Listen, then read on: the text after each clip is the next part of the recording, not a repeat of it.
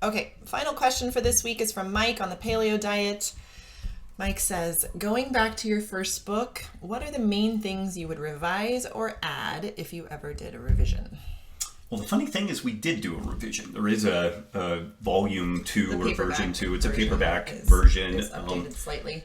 There wasn't a massive amount that we tweaked, so I had some pretty aggressive fish oil recommendations in the first book, which I modified over time. Thank you for the people that burned me at the stake about getting that one wrong. I was largely following people like Barry Sears and other folks that that information seemed credible at the time. On that fatty acid. The omega-3 profile in grass-fed beef? Yeah, so to that fatty acid topic, Diana Rogers and I have been working on this sustainability book and movie called Sacred Cow. And it's interesting because we've had pretty massive pushback from the vegan community, the vegans, which is not surprising at all. But I tell you, one of the more surprising places that we get a shocking degree of pushback, and very vigorous and very ill-informed, unfortunately, is kind of like the really go-getter paleo ancestral health crowd that insists that grass-fed meat is the only grass-fed, grass-finished is the only way to go. And Diana and I tackle this in the book, and we're also going to be doing a series of blog posts and other support material where I really dig into the literature on this. But the reality is that, as a baseline, the bulk of ruminant animals, whether it's cows, sheep, goats, camel, whatever, they're grass-fed for the most part. There is some grain finishing. Now, the thing is that I probably am what do they say, like when you raise kids, like you get back what you were as a kid. And so like I'm sure I sowed a lot of the seeds of my frustration on this now, because early in this story there was a sense that the fatty acid profiles of grass-fed meat were remarkably better with regards to the omega-3 omega-6 balance than grain-finished meat.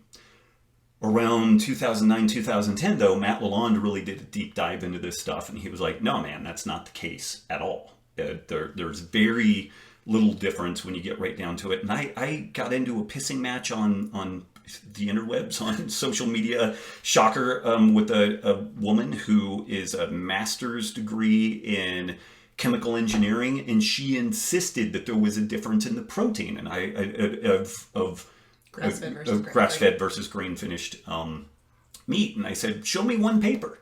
And she went through all of this like magic and mysticism and like flailing and all kinds of appeal to odd authorities, but could not produce one thing that suggested that the protein content, nor really the fatty acid content, was significantly different between grass-finished and grain-finished meat.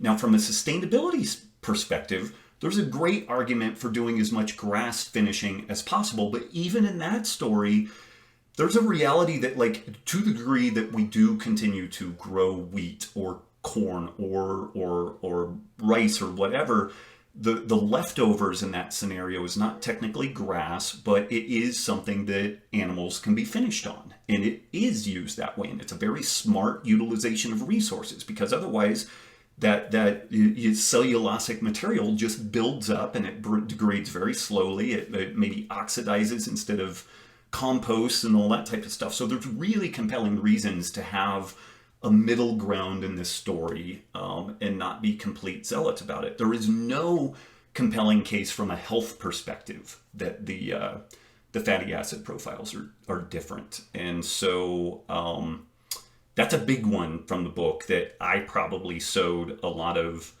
erroneous information really advocating for grass-fed meat. But the reason why I've been advocating for grass-fed meat, even with the knowledge about there's not that big of a difference from a health perspective, there is a significant story there from a resource management sustainability perspective.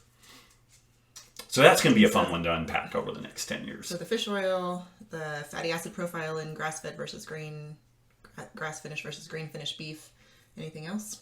No, otherwise, like Paleo Solution was pretty on point, making recommendations around sleep, getting out in the sun, lifting some weights, doing some sprinting, not letting your kind of internal